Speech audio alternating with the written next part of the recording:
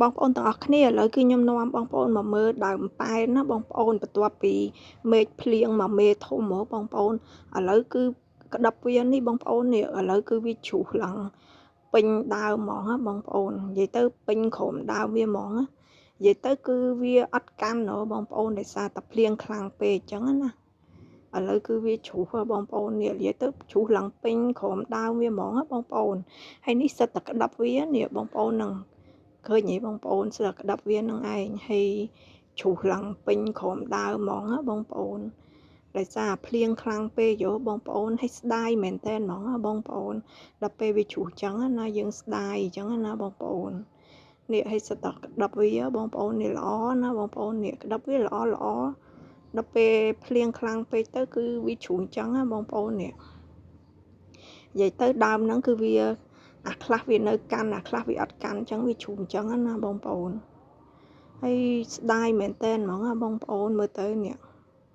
ហើយជ្រុះឡើងពេញក្រោមដើមទាំងអស់បងប្អូនដោយសារភ្លៀងហើយវាខ្យល់ខ្លាំងទៀតហ៎បងប្អូនដល់ពេលអញ្ចឹងគឺវាជ្រុះអញ្ចឹងណាស្ដាយហ៎បងប្អូនអើយនិយាយទៅដើមប៉ែនហ្នឹងគឺវាខានផ្លែយូរទៀតអញ្ចឹងណានិយាយទៅគឺវាខានផ្លែឡើង2ឆ្នាំហើយបងប្អូនឥឡូវគឺទឹមតែចេញផ្កាចេញក្តាប់ហ៎បងប្អូនឥឡូវដោយសារតភ្លៀងគឺជ្រុះទៀតនិយាយទៅគឺវាអត់សូវកាន់ទៀតអញ្ចឹងណាបងប្អូនមិនដឹងថាពេលផ្លែវាទុំដឹងតើវានៅសល់ប៉ុន្មានទេបងប្អូនបើសិនជាជ្រុះច្រើនអញ្ចឹងណាបងប្អូន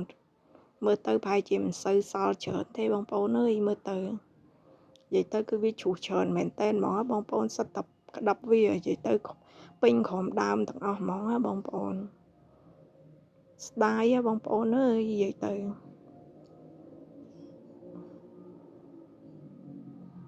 នេះល្អបងប្អូនក្តាប់វានេះហើយវាជ្រុះអញ្ចឹងមិនដឹងធ្វើម៉េចទេបងប្អូនដោយសារតវាអត់សូវកាន់អញ្ចឹងណាអាហ្នឹងបើសិនជាពេលខ្លះវាកាន់ច្រើនទៅវាបានផ្លែច្រើនដែរអញ្ចឹងណាបងប្អូនដល់ពេលអានេះវាដូចជាអត់សូវកាន់ជ្រុះក្តាប់ឡើងពេញដើមហ្មងបងប្អូននេះ